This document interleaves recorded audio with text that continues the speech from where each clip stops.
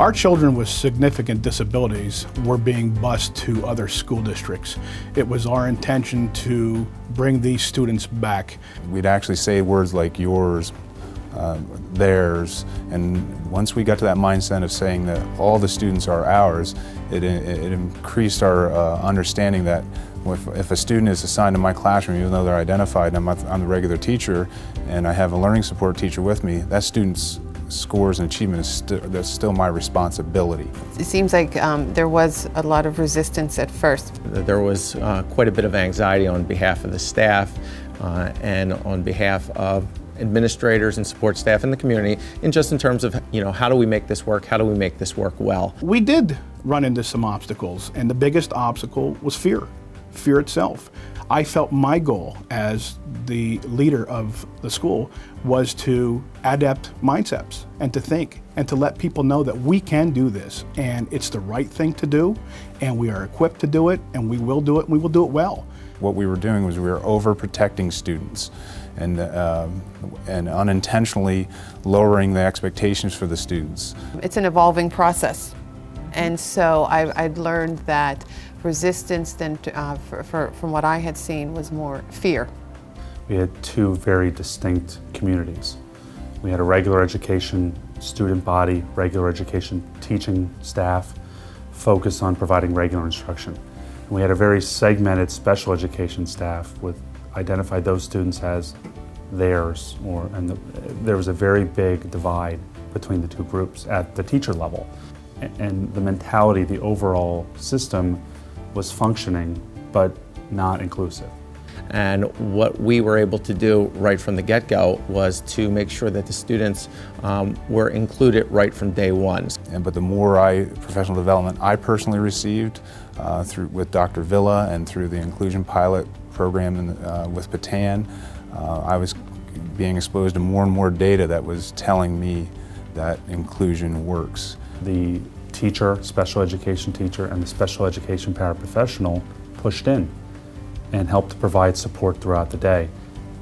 That conversation that the kids never saw a self-contained classroom, never saw a difference, changed the conversation. Then it led to the teacher and the paraprofessional being more a part of the team, having common planning time, having meetings with families as a team, and no longer as my student, your student. Giving the teachers the opportunity to utilize many resources out there that we did not know that were available to us. Having the leadership in that building to say, this is what we're going to be doing, and we'll help you, and we really have to change the belief systems of everyone that we welcome all children in this building.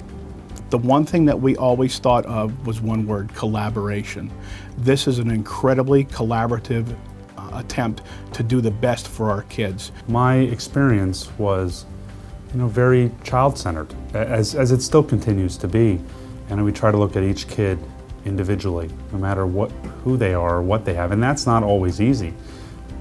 To look at a kid who's in your office all the time because he's acting out and has some behavioral concerns, it becomes even more important to treat them individually and find out what's wrong. Asking people, if you really want change to happen, you have to involve them in it. You cannot just push it upon them, and you have to explain the reason why the change needs to happen. And I felt the best way to do that was to use student data. A lot of our belief systems, too, has changed as a result of an explosion of research over the last 10 years in education about how children learn and how the brain works, how reading develops. And that's kind of a revolution in education. Before, we were always kind of thinking, this would be a good idea, why don't we try this? Now we're really, I think, mapping out what we're doing instructionally and with our curriculum based on research.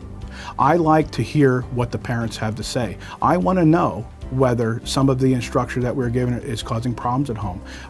Is the child crying? Are they having problems completing homework? Are they not understanding a concept? We need to know that. The paraprofessionals are able to get their breaks, are able to get their lunches according to their collective bargaining agreements. So one of the things that we did is we sat down, and it was probably 3-4 hours or so it took us to try and figure out the schedule, and basically, there was no issue that was off the table as to, so because of that, one of the things that we did is we flip-flopped lunch schedules around. Our 3rd and 4th grade lunch switched with our 5th and 6th grade lunch. What we didn't want to do is we didn't want to just go and say, well, this is the way that we've always done it, so we're going to continue it that way. Having the data as something that we all could look at, me with the teachers with the children, and then all of a sudden, next thing you know, it felt like we could set this mindset that we're all on the same team working together to get to student achievement. What I tried to do was build in times throughout the day, bring in professional development time, bring some substitutes in, giving them just time to plan collaboratively. Basically what happened was we really worked on transition, because this was a big transition for these kids. They had never been taught in a regular school where they were out for certain subjects. We've done after-school trainings. We've talked about social skills instruction. We've talked about integrating students with significant disabilities and how to prompt students without making them prompt dependent. I think it's also has gotten staff motivated to, after we're offered some of these ideas, that they will go out and they will find some other ideas to bring to the table, and then they will consult with either the specialist, with Ruth or myself, or with one another. That's what's most important, to see if that strategy will work best based upon what they are observing in the classroom. And inside of our rubrics, there's definite references to whether the teacher has high expectations for students or believes that they can achieve. So I found that using our observation form and our evaluation process was an excellent opportunity to, again, step aside and be next to the teacher, not be across the table, be side by side with them, and let's look back at what I observed. I'm in here to help you. I want you to succeed as a teacher. I want you as a me as a principal and you as a teacher together to help these children learn. And because they have different needs, we do what we can in order to best meet those needs, because we thought it was very important that the students start right from the beginning, right in the regular classroom along with everyone else. Often we differentiate for what kids need. You have to do the same thing for your teachers.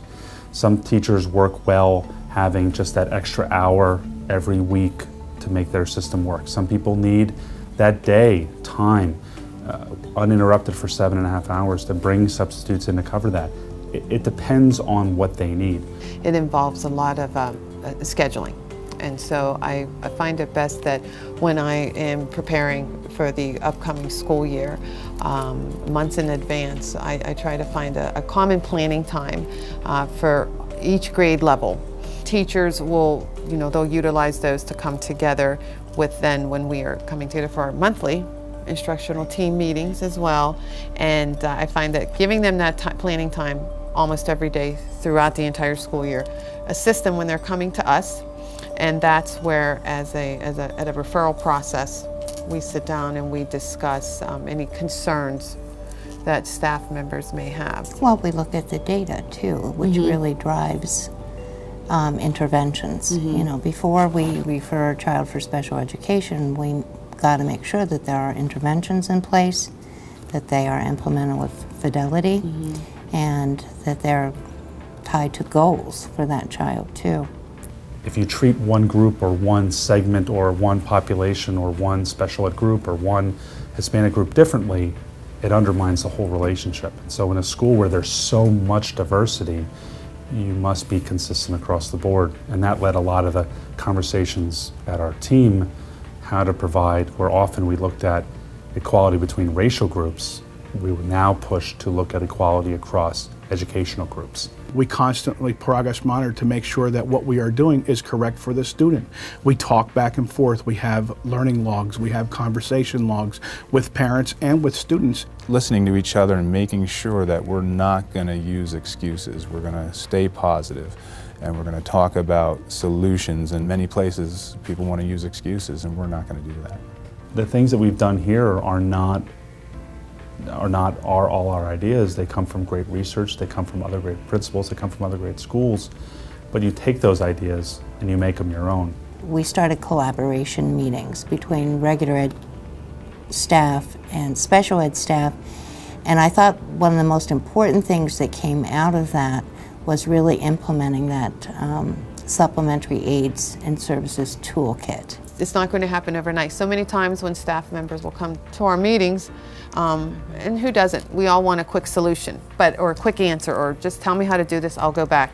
And I think it was the first time that this takes time. We do have poverty, we do have racial differences, cultural differences, and now we're focused on the learning disability differences and making sure that students have the best opportunity to get a chance to succeed, and one of those ways is through inclusion. One thing that I say to the people that I work with every day is, we're here for kids. You will have a great experience here at Roslyn School. If you work hard, you're in it for the right reasons, and you're here for kids. Here at Southern Columbia, we did ramp up our professional development by 50%. It's important that people know what they're doing. What happened in years past is the special education teacher was creating a schedule and pulling them out of reading, pulling them out of math. And the model is supposed to be that kids get the core instruction first, and the special education direct instruction services are supplemental. But here it wasn't, it was reversed. We were looking at it as the main support, and whatever they got in the classroom was good, but it would help them in the long run. So now the regular curriculum is their core, and this piece is their supplemental. But it focused the regular education teachers to start looking at kids as individuals. Do they need support, or do they need enrichment? And how are we meeting the needs of every kid in third grade, not just those few 5 or 10 kids that need some supplemental services? We have Thursday morning meetings that's typically start at 8:30. In those meetings, I am almost always in attendance, the special education coordinators and supervisors, so that when issues do arise, we're able to make sure that the information gets discussed in a manner so that, out of many of the service providers, everybody's on the same page. You have great people who want to do great things for kids, and sometimes they just need that spark to make the change. And for this staff, it was planning time. The important part is that they're participating with meaning, and they're getting something beneficial from that participation, and not just the children with disabilities, but all of the children in the classroom. And now we're looking at assessment differently. We're looking at making critical decisions about supporting children in the classroom. You don't just always put your two best people together. You have to make it a match where people can collaborate and have an openness and a focus on kids. One of the most important things we have to do is try to match people up. You cannot have a teacher coming in not knowing what is going to be instructed that day. Matching people up is a very tedious process, and it has to be very strategic. Outside resources, I find, have assisted not only myself greatly, but my staff and colleagues greatly. Things change daily, and it's difficult. They also catch us going sometimes in the wrong direction. Right. Sometimes we think we're going in the right direction, and it takes somebody from the outside to say, maybe you need to do that a little differently, and to be open to that, because we don't always know what we're doing. There are so many people out there who are willing to help you. If you keep in your mindset that this is the right thing to do, you can never be wrong. Somebody has to follow up. Somebody has to go around and help everybody, because I can see the whole schedule. And then I know where different resources are in the building. As a new young principal, it took me a while to understand how important that role was. And once I did, it helped our building greatly. For example, we had meetings where we were sitting around the table together and talking about resources, and I'd have a teacher say, well, that's my instructional aid. And once we got to that point and I said, well, let me question that. That's your instructional aid, or what's the purpose of an instructional aid? An instructional aid is here to help children learn. And we established over time in these meetings that we knew no more clerical work during learning time. When teachers are teaching and children need to learn, instructional aides need to be there to assist. So we established that, and everybody knew in the building that if I saw an instructional aide in the copy room, that was a problem. You have to know that the world continues to evolve, and the students who are coming to school, their world looks very different from students who were in school 10 years ago. You want them to become the best they can be, to feel part of the school climate, to be part of your school building, and to be part of everything that goes on in your school district. And one of the best teachers of children, especially early on, when you consider kindergartners who are maybe coming out of homes where they haven't been given much access to education, they learn from the other children. And if they don't have access to the other children, then we are thwarting their development. I think the recommendation I would give to any principal is to look at how their staff is using time. Is it being used strategically to affect achievement and instruction for kids? Or is it being wasted and drawn out into other things that don't affect achievement and student progress? That can come from managing your schedule. That can come from looking at putting more time for teachers to have planning. That can come for looking at your students. When are they getting supportive services and groups? That can be, are my students getting enough of the core instruction? When you start looking at time and how I use time, that will affect the change globally across the whole school.